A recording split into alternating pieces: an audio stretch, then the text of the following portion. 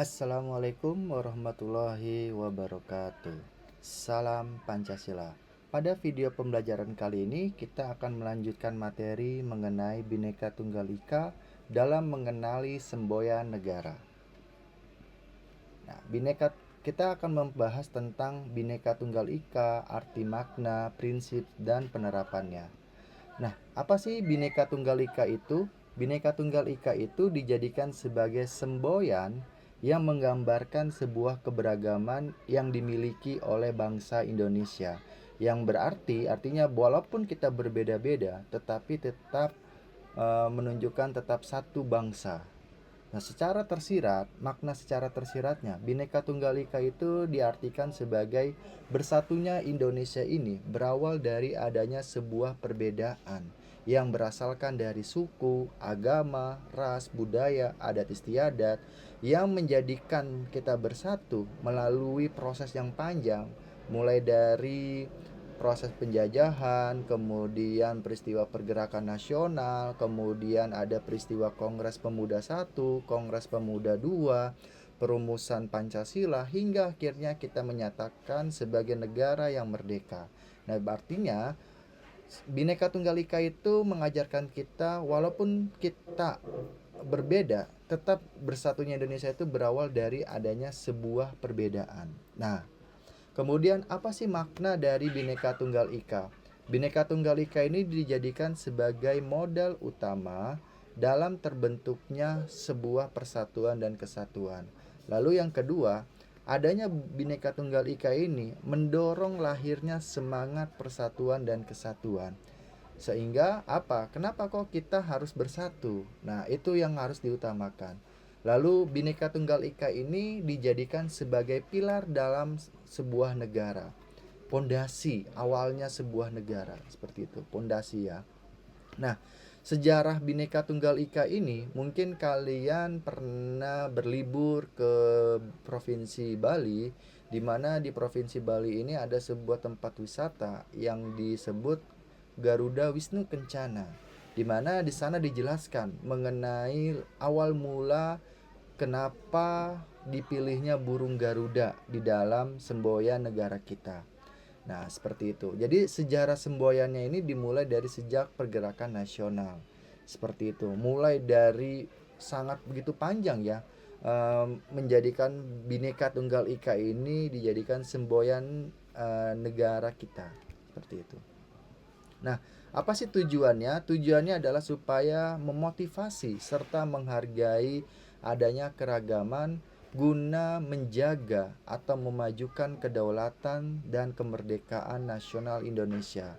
Cita-cita ini menjadikan sebuah landasan untuk menumbuhkan sikap nasionalisme yang dibangkitkan di dalam masyarakat Indonesia dengan tujuan menanamkan sikap loyalitas serta dedikasi pengabdian yang dimiliki oleh masyarakat untuk bangsa dan negara.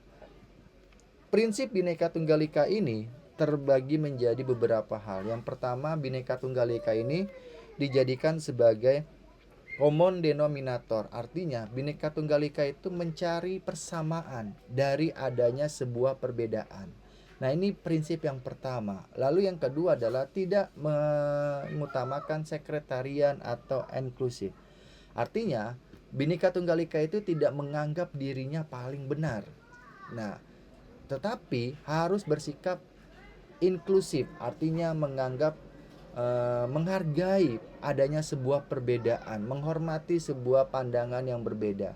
Lalu yang ketiga adalah tidak bersikap formalitas, artinya Bhinneka Tunggal Ika itu tidak hanya sebatas ucapan belaka, tidak dilaksanakan pada saat kegiatan upacara ataupun kegiatan yang lainnya, tetapi Bhinneka Tunggal Ika ini terinternalisasi dalam kehidupan sehari-hari masyarakat Indonesia.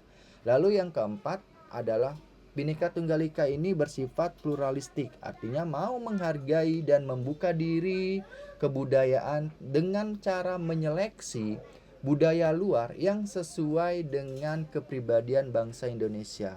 Artinya Bhinneka Tunggal Ika ini mau beradaptasi dengan perkembangan zaman yang begitu cepat, sehingga kita diharapkan bisa mempertahankan kebudayaan yang dimiliki oleh bangsa dan negara, tetapi kita juga bisa beradaptasi dengan percepatan teknologi dan informasi.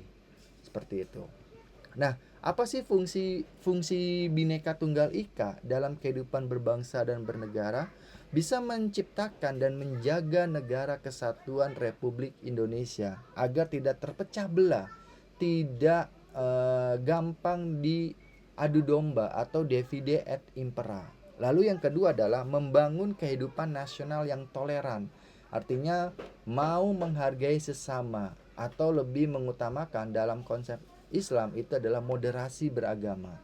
Nah, lalu yang ketiga adalah membentengi perdamaian Indonesia agar tidak terpecah belah seperti itu. Nah, bagaimana penerapannya? Kita harus menumbuhkan perilaku yang inklusif, mau menghargai perbedaan pendapat, mau bekerja sama seperti itu, mengakomodasi, menghubungkan sifat pluralistik. Artinya kita mengedepankan semangat persatuan.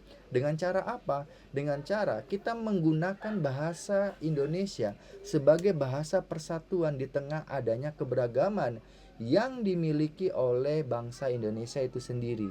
Seperti itu. Lalu yang ketiga, tidak menang sendiri. Artinya di dalam kehidupan sehari-hari, kalau seandainya dalam sebuah kompetisi, tentu ada yang menang dan yang kalah. Dalam hal ini kita harus memiliki semangat atau spirit, tentunya semangat kolaborasi, sama-sama saling menyatu seperti itu. Dan yang keempat itu adalah mengutamakan musyawarah untuk mencapai kata mufakat.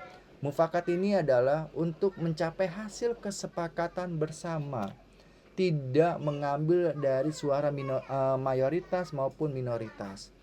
Nah, contoh penerapannya adalah saling menghormati, hidup rukun, serta berlaku adil terhadap siapapun, baik di sekolah, di rumah, maupun di masyarakat. Nah, saya sebelum mengakhiri video pembelajaran pada kali ini, saya mengutip dari kata-kata bijak yang dikatakan oleh Kiai Haji Abdurrahman Wahid atau Presiden Republik Indonesia yang keempat. Dia mengatakan bahwa agama kita itu melarang adanya perpecahan, bukan perbedaan. Artinya agama kita mengajarkan kita untuk sama-sama menghormati sebuah perbedaan, bukan mengajarkan kita itu untuk berantem, untuk berpecah.